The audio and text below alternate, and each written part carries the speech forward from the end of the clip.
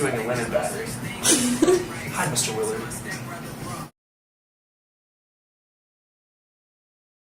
Is rho v g s. Oh, nerd.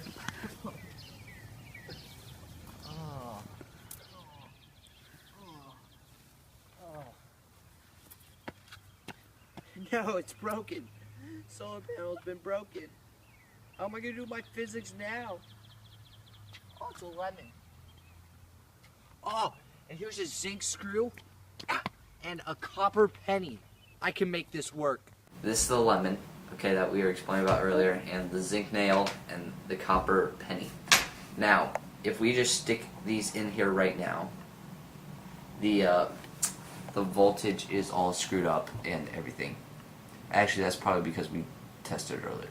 But watch, once we put it in the zinc nail and the copper penny, we put this in there, and now we get to test it. And oh, it's negative. I gotta flip it around. My bad, guys. So we go here, and then there, and we got 0.67. Okay, so a little bit more on how a battery works. You have a cathode, which is at the positive terminal. You have the electrolyte, which is the liquid conductor in the battery, and then you have the anode, which is the negative terminal. So the electrolyte makes a chemical reaction with the anode right here, which then releases electrons in the anode. So if you make a closed circuit, and if you just put a light bulb right here, it creates, the electrons flow out of the anode, which makes a current, and then goes to the positive end, and then it makes the light bulb, the current makes the light bulb light on. What makes a lemon battery work? Well, first of all, the citric acid in the lemon acts as your electrolyte for your battery. And whenever you put a zinc nail into a lemon, it reacts with the citric acid and makes a bunch of zinc ions and hydrogen and electrons, free electrons, in a chemical reaction known as oxidation. And basically what it does is the citric acid removes electrons from the zinc nail. And this will keep happening as long as it's in the lemon. Now, whenever you insert a copper nail, or penny, what we use, into the lemon, it will create a bunch of copper ions. And these ions will attract electrons more so than the zinc does. And that's what creates a potential difference.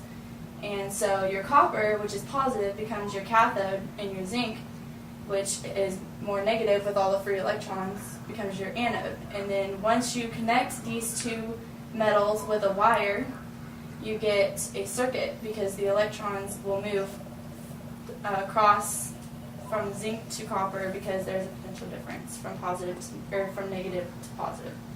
We're good. Okay, so now we have 4 battery cells all hooked up. We have a potato, 2 limes, and the lemon that Ben ever so kindly set up for us.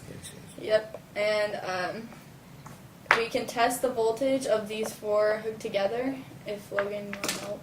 Yes, I Hey, there's Logan right there. Okay, he's doing the zinc to the copper and completing the circuit to read the voltage, 2.8. which is a solid 2.8 volts. Alright, and we're going to see if that's enough to power this calculator with these alligator clips. Go ahead, Logan. So we'll hook up. As you can see, this calculator is not working. There is a solar panel to it, but we unhooked the wires and they cannot be used to power the calculator anymore. And if you see these 2 terminals that we can hook the wires to, there's a positive and a negative. I'll hook the negative up and positive.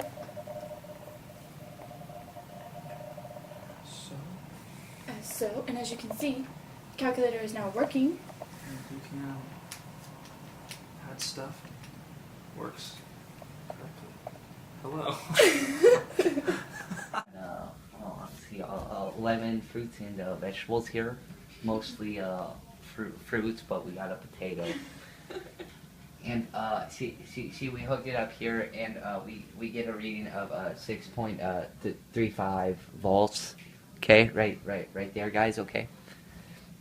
And then let's find out how many amps we got now. So we change it to this one, and we have to move this one over there. All right, let's change it to here. So we get 0.1 amps times 10 to the negative third. Okay, guys. Okay. And, yeah, amps. There we go, guys. All right. Huh. I wonder if we could calculate the power of this circuit. I wish we knew an equation that related voltage with current. It's power equal to current times voltage, you nerds. Tim! Oh, Tim. Why is he also so mean? Oh, alright, I guess I can make this work now. Yeah, why don't you power up that calculator and we can calculate the power of the circuit? Well, come on, Ben. I'm trying, okay, see, okay. Wait, put the, so we have... So we have this, a voltage of 6.35 times... 0.0001 amps. How many zeros? 3. 1, and we press equal, and we get 0.000635. Watts. And that's our wattage, I think. Yep, yeah. If my calculations are correct, that's our power.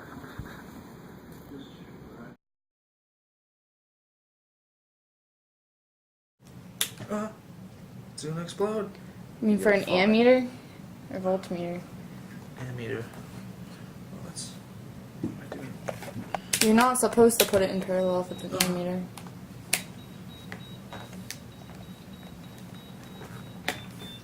Bomb! It's different now. There's a camera.